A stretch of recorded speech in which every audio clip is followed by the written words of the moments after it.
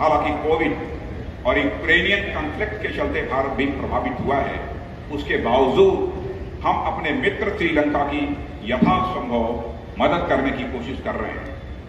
इसी तरह कोविड के संकट के दौरान नेपाल, मालदीव आदि देशों को भी हमने विभिन्न ऑपरेशंस के तहत मेडिसिन और अन्य जरूरी सामान भेजकर उनकी मदद की थी। और साथियों, आज अगर बांग्लादेश प्रगति का राह पर तेजी से बढ़ रहा है तो सचमुच पड़ोसी होने के नाते भारत को इसकी बेहद खुशी है। यह राष्ट्र धार्मिक उन्माद, कट्टरपंथ और संकीर्णता को पीछे छोड़ते हुए मॉडर्नाइजेशन, मॉडरेशन, सेकुलरिज्म, महिलाओं और समाज के अन्य सभी वर्गों के विकास का रास्ता अपनाकर तेजी से आगे बढ़ रहा है। बांग्लादेश ने जो सोशियो इकोनॉमिक डेवलपमेंट किया है वह दुनिया के अनेक देशों के लिए एक आदर्श प्रस्तुत करता है। साथियों, हमारा एक पड़ोसी मुल्क जो धर्मांधता, कट्टरपंथ और संकीर्णता से बुरी तरह जूझ रहा है, वह खुद भी गरीबी, बेरोजगारी और आतंक से परेशान है और यदाकदा भारत को भी परेशान करता रहता है। उसे बांग्लादेश से बहुत कुछ सीखने और आत्मविश्लेषण करने की जरूरत है।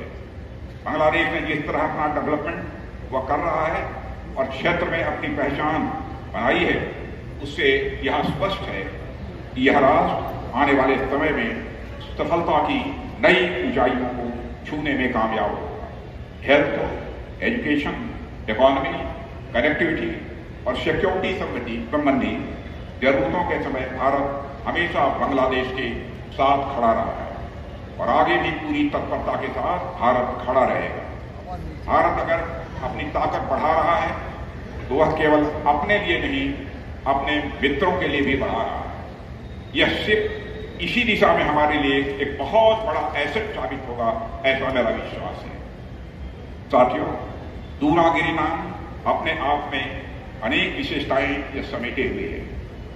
मैं जानता हूं कि यह द्रोणगिरी शब्द का ही एक स्थानीय रूप है, जिसका संबंध रामायण से बहुत ही गहराई के साथ जुड़ा हुआ है। राम रावण युद्ध के दौरान जब लक्ष्मण पर प्रहार हुआ था और वह मूर्छित हो गए थे तो उनके लिए संजीवनी बूटी की जरूरत पड़ी थी और वह बूटी हिमालय के जिस पर्वत पर उपलब्ध थी उसका नाम था द्रोणगिरी और यह कार्य हनुमान जी को सौंपा गया।